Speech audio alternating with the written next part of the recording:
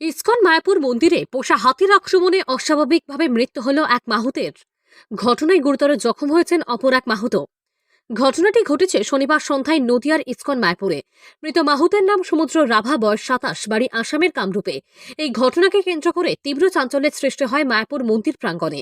এ প্রসঙ্গে মায়াপুর ইসকন মন্দিরের জনসংযোগ আধিকারিক রসিক গৌরঙ্গ দাস মহারাজ জানান, সরকারি সব নিয়মকানুন মেনে প্রায় 20 বছর ধরে লক্ষ্মীপ্রিয়া ও বিষ্ণুপ্রিয়া নামে দুটি হাতিকে মায়াপুর ইসকন মন্দিরে পোষা হচ্ছে। এদের মধ্যে একটি হাতির বয়স আনুমানিক 27 ও অপরটির 30 বছর। প্রতি বছর নিয়ম মেনে রাস পূর্ণিমা থেকে দোল পূর্ণিমা পর্যন্ত প্রতিদিন বিকালে মন্দির প্রাঙ্গণে বিগ্রহ নিয়ে হাতির পরিক্রমা করা হয়, যা দেখতে দেশ বিদেশ থেকে হাজার হাজার ভক্তবৃন্দদের সমাগম ঘটে ইসকন মন্দির প্রাঙ্গণে। এছাড়াও প্রতিদিন দুবেলা মাহুতরা হাতিদের মন্দির চত্বর ছাড়াও পার্শ্ববর্তী বিভিন্ন জায়গায় ঘোরাতে নিয়ে যায়। আসাম থেকে এসে মাহুতদের 4টি পরিবার দীর্ঘদিন ধরে এখান থেকে পালা করে হাতিগুলির দেখভাল করে।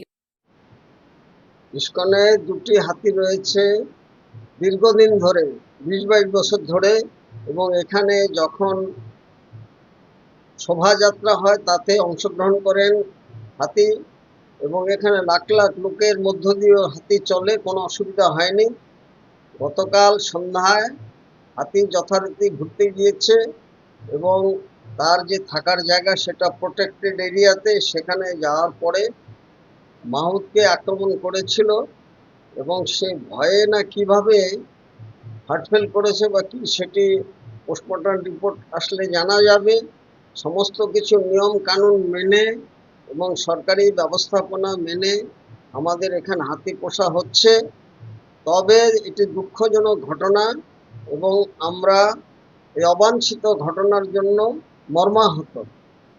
এর আগে মন্দিরে গোলাপকুলি নামের একটি পূর্ণবয়স্ক হাতি ছিল।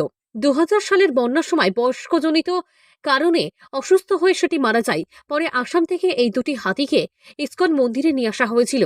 এছাড়াও তিনি বলেন, এদিন সন্ধ্যাতেও একইভাবে হাতিশালা থেকে মাহুতরা হাতি দুটিকে ঘোরাতে নিয়ে গিয়েছিল।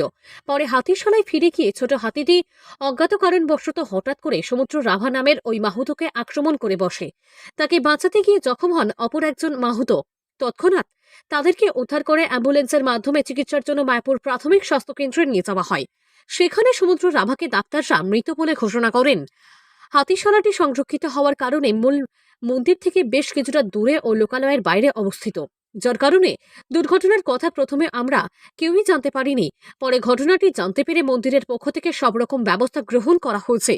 জখম মাহুতকে চিকিৎসার জন্য কল্যাণী এইমস হাসপাতালে নিয়ে যাওয়া হয়। তার আঘাত গুরুতর না হলেও বর্তমানে সে হাসপাতালে চিকিৎসাধীন। অপরদিকে রবিবার সকালে মৃত মাহুতের দেহ ময়নাতদন্তের জন্য কৃষ্ণনগর শক্তিনগর জেলা হাসপাতালে পাঠানো হয়। তবে কিভাবে মৃত্যু হলো ওই মাহুতের তা ময়নাতদন্তের পর জানা যাবে। নদিয়া থেকে মৈনাক দেবনাথের রিপোর্ট, লোকাল 18 বাংলা।